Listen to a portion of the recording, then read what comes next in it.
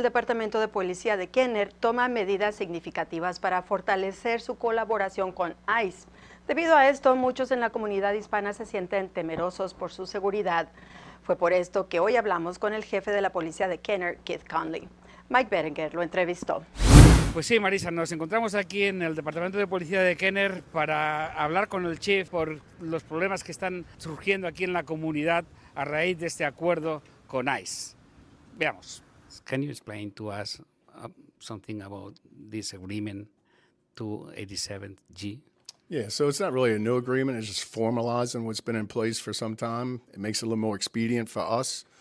Basically, the 287G agreement is the jail enforcement model only, which means when we are doing an investigation and we have somebody in custody, we have access to the resources of the federal government, meaning criminal history, any warrants, attachments, detainers, anything that we would have on a U.S. citizen when they're arrested. The arresting officer has to do a background check to check for enhanceable crimes, attachments, warrants, if any other agencies are looking for these people, meaning the arrestee. So that's all it avails us. So instead of having an HSI agent having to come here and take that detainee or take that arrestee off to, verify identification, criminal history, things of that nature, our officers will be trained within those resources to do it ourselves. I can't speak for the federal government. I can't speak for HSI or ICE. I can tell you that nothing has changed in what we do. So this program won't even kick in until we have charges on somebody. So I can't speak as to these errors in deportation that you just mentioned or anything of that nature. That would be at a higher level than me. Those would be questions better asked of those agencies. I know that it can't happen with us because we don't do the actual deportations. There's nothing that can happen in Kenner from this point forward that couldn't happen before is what I'm trying to tell you. Nothing's going to change in what we're doing other than we're not going to have to call HSI or ICE to come in and identify, anybody that has no identity, that we don't have any idea who they are. We're going to be able to do that ourselves. In law enforcement, I can't pick and choose what laws I'm going to enforce. That would cause a hierarchy here. So it's a level playing field. Nobody's going to be treated any differently than anybody else. Part of the booking process is we have to learn backgrounds. We have to get criminal histories. In the past, we've done that through HSI and ICE. Now we can do it without them. We'll be available. We'll have those resources available for us to do it. We get our people back out on the street more expediently.